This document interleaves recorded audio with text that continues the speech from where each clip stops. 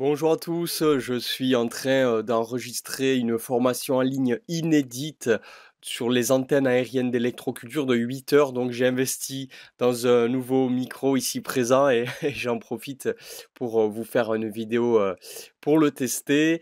Et là, je vais vous parler de ChatGPT. C'est une révolution sur Internet, comme quand Internet est apparu presque, hein. C'est un programme informatique qui, la dernière version, peut aller en direct sur Internet chercher euh, du contenu et vous en faire rendre et vous en rendre compte.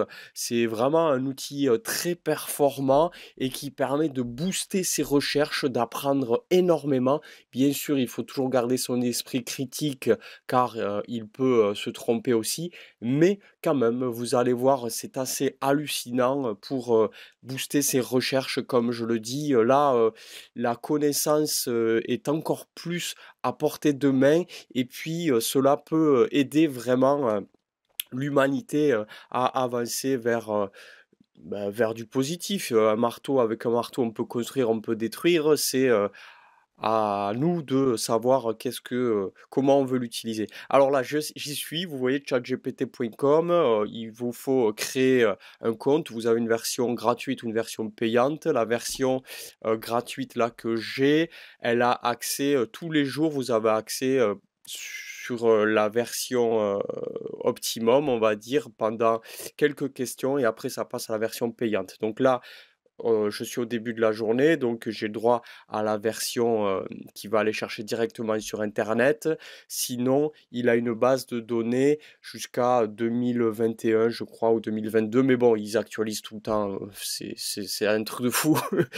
Ça fait, j'y suis dessus là, je cherche depuis que c'est sorti quasi, je me suis mis dessus pour voir, c'est vraiment très bien, hein. Allez, on y va. Donc, je vais lui dire: «Trouve-moi toutes, trouve-moi, pas toutes, on va dire, trouve-moi des études scientifiques, scientifiques qui montrent les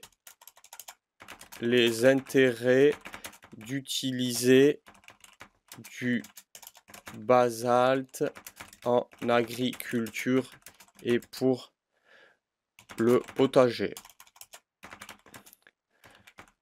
Croissance, développement et santé des végétaux.» Hop, je lui dis ça. Donc là, lui, il cherche, ça va très très vite. L'utilisation de la poudre de basalte en agriculture est un sujet de plus en plus étudié, notamment pour ses bénéfices potentiels sur la croissance des plantes, la santé des sols, la réduction des émissions de carbone. Voici quelques études scientifiques qui mettent en évidence ces aspects. Effet de la roche de basalte sur la fertilité des sols et la croissance des plantes. Là, il vous met l'étude de 2019. Cette étude montre que l'application de poudre de basalte peut augmenter la teneur en nutriments essentiels comme le potassium, le phosphore, le magnésium et le calcium dans le sol. Les résultats ont montré une amélioration significative de la croissance des plantes, en particulier dans les sols pauvres en nutriments.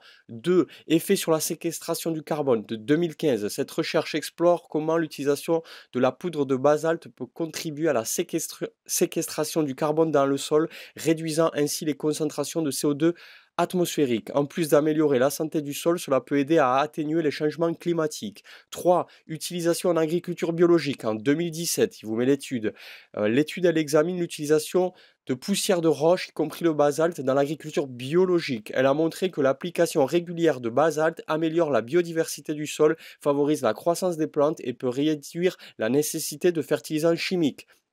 4. Effet sur la résistance des plantes aux maladies. 2021. Cette étude a révélé que l'incorporation de basalte dans le sol peut réduire l'incidence de certaines maladies des plantes en améliorant la santé générale des plantes et en augmentant leur résistance aux pathogènes. Bam. Vous voyez, j'ai pas eu à chercher. Après, bien sûr, je peux aller vérifier par moi-même, hein, faire le travail de recherche, mais avant, pour trouver ces études, ça prenait ça prenait beaucoup plus de temps, hein. Et là, ça se fait en 2 temps, 3 mouvements. Il vous sort les études, il va chercher à votre place. Après, à vous d'aller faire le job, d'aller vérifier, bien sûr. J'ai entendu, je vais lui dire,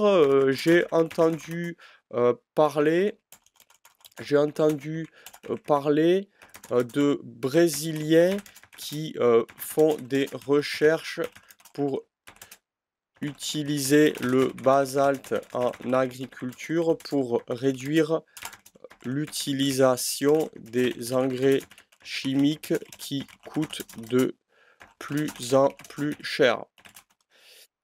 Tu peux m'en dire plus? On peut vraiment avoir une conversation avec ChatGPT. Bon, en vrai, les fautes d'orthographe, normalement, il comprend quand même. Hop. Donc, je lui dis, j'ai entendu parler de... Moi, j'ai vu des études là-dessus. L'utilisation du basalte en agriculture au Brésil est effectivement un sujet de recherche très actif, particulièrement dans le contexte de la réduction de la dépendance aux engrais chimiques, dont les prix ont fortement augmenté ces dernières années. Voici un aperçu des travaux réalisés par des chercheurs brésiliens et des initiatives en cours. Regardez, recherche clé et initiative, projet Reminéral.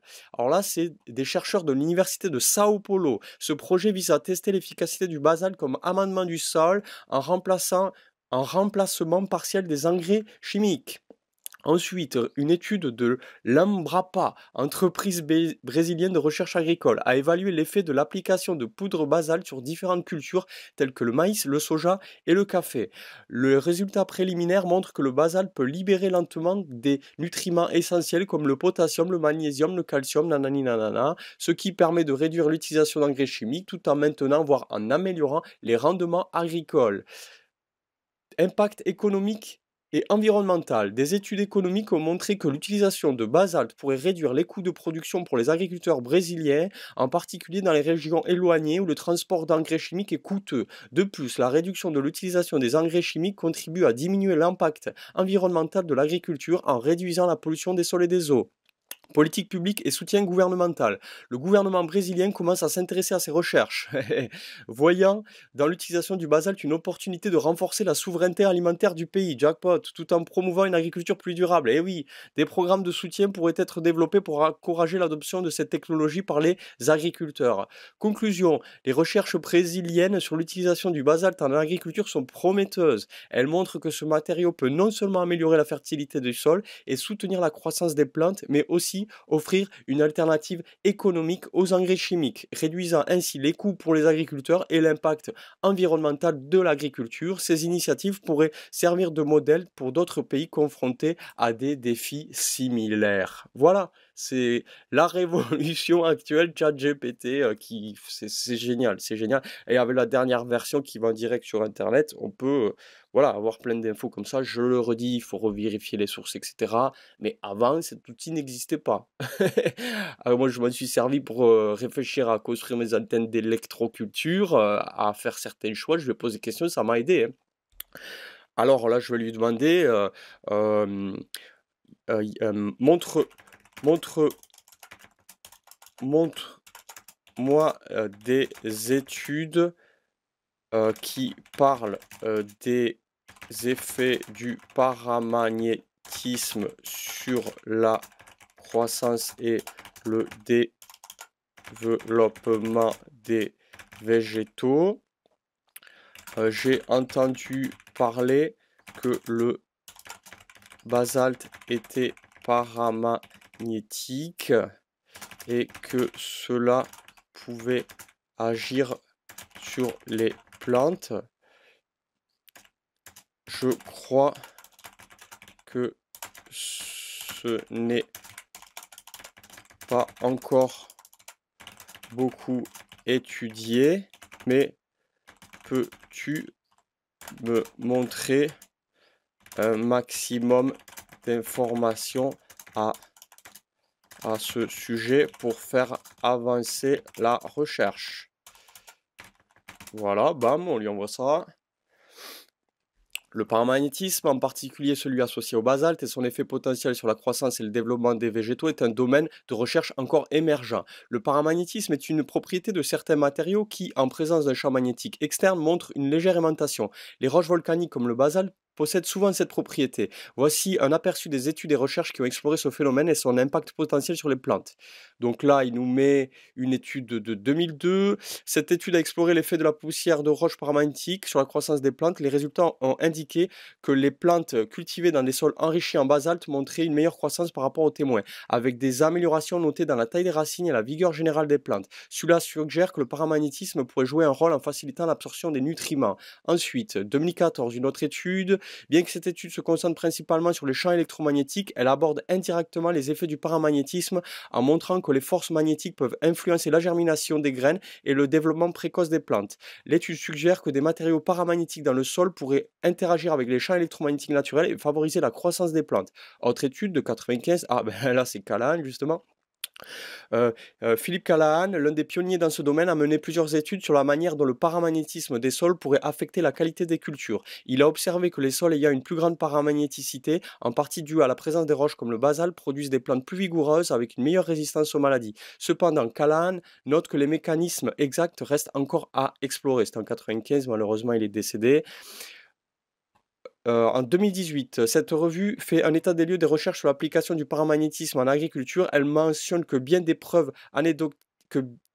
que des preuves anecdotiques existent, il est nécessaire de mener des études plus rigoureuses pour comprendre comment les champs paramagnétiques pourraient affecter la disponibilité des nutriments, la microfaune du sol et le processus biologique des plantes. Et oui, il y a besoin encore beaucoup d'études, c'est un sujet émergent, mais voilà, grâce à ces nouveaux outils, grâce à la connexion aussi entre les pays, on va pouvoir faire avancer la recherche, on va pouvoir faire des énormes pas en avant. Je voulais vous montrer ça rapidement pour ceux qui ne connaissaient pas encore cet outil. Vous conseillez vraiment d'aller y faire un tour, de poser des questions, de faire vos recherches. C'est comme un dialogue qu'on a avec cet outil qui est ChatGPT et vous verrez, c'est assez hallucinant. Voilà, c'était pour tester aussi le nouveau micro. Je vous dis à bientôt, plein de bonnes choses. Si vous voulez nous soutenir, venez sur permafuture.com.